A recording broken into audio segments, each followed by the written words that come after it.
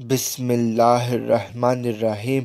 ہمیں عاصم نے حدیث بیان کی، کہا ہم بالکل نوعمر لڑکے تھے جو ابو عبد الرحمن سلمی کے پاس حاضر ہوتے تھے۔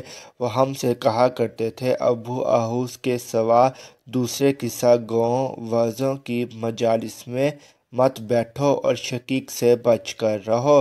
شقیق خوارج کا نقطہ نظر رکھتا تھا۔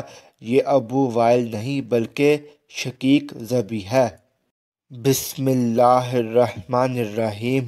جریر کہتے ہیں، میں جابر بن یزید جعفی سے ملا تو میں نے اس سے حدیث نہ لکھی۔ وہ رجعت پر ایمان رکھتا تھا۔ بسم اللہ الرحمن الرحیم۔ مسعر نے کہا، ہم سے جابر بن یزید جعفی نے ان بدعتوں سے پہلے جو اس نے گھڑی حدیث بیان کی۔ بسم اللہ الرحمن الرحیم۔ سفیان نے کہا، جابر نے جس عقیدے کا اظہار کیا، اس کے اظہار سے پہلے لوگ اس سے حدیث لیتے تھے۔ جب اس نے اس کا اظہار کر دیا تو لوگوں نے اس سے اس کی بیان کردہ حدیث کے بارے میں مطعن کیا اور بعض نے اسے چھوڑ دیا۔ ان سے پوچھا گیا، اس نے کس چیز کا اظہار کیا تھا؟ کہا، رجعت پر ایمان کا۔ بسم اللہ الرحمن الرحیم۔ جراح بن ملیح کہتے ہیں، میں نے جابر بن یزید جعفی کو یہ کہتے سنا، میرے پاس ابو جعفر محمد باقر بن علی بن حسین بن علی رضی اللہ عنہ کی 70,000 حدیثیں ہیں، جو سب کی سب رسول اللہ صلی اللہ علیہ وآلہ وسلم سے روایت کی گئی ہیں۔ بسم اللہ الرحمن الرحیم۔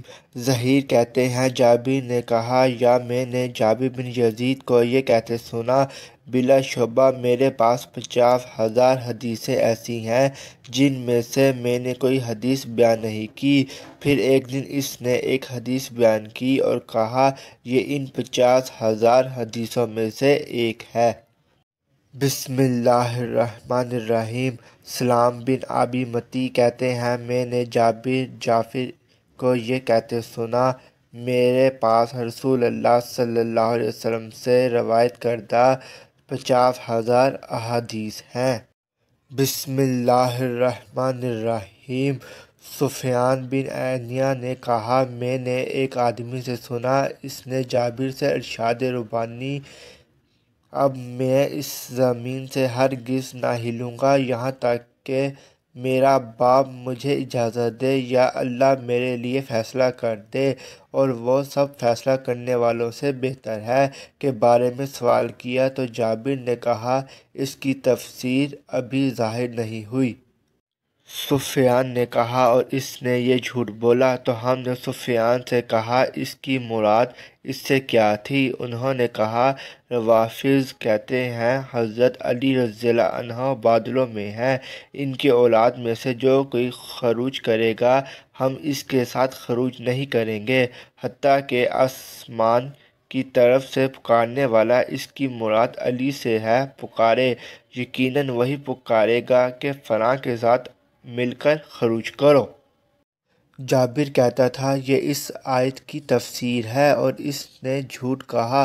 یہ آیت حضرت یوسف علیہ السلام کے بھائیوں کے بارے میں نازل ہوئی تھی۔ بسم اللہ الرحمن الرحیم۔ سفیان سے روایت ہے، کہا، میں نے جابر کو تقریباً 30,000 احادیث بیان کرتے ہوئے سنا ہے۔ میں ان میں سے ایک حدیث بیان کرنا بھی حلال نہیں سمجھتا، چاہے اس کے بدلے میرے لیے اتنا اور اتنا ہو۔ امام مسلم نے کہا، میں نے ابو غان محمد بن حمرہ رازی سے سنا، کہا، میں نے جریر بن عبد الحمید سے پوچھا، میں نے کہا، یہ جو حارث بن حصیرہ ہے، آپ اس سے ملے ہیں؟ کہا، ہاں، لمبی خاموشی والا بوڑھا ہے، ایک بہت بڑی بات پر اصرار کرتا ہے۔ بسم اللہ الرحمن الرحیم۔ عبد الرحمن بن مہدی نے حماد بن زید سے روایت کی، کہا، ایوب نے ایک دن ایک شخص کا ذکر کیا اور کہا، وہ کج زبان، جھوٹا، تہمت تراش اور بد زبان تھا، اور دوسرے کا ذکر کیا تو کہا، وہ رقم اشیاء پر لکھی ہوئی قیمت میں اضافہ کر دیتا تھا۔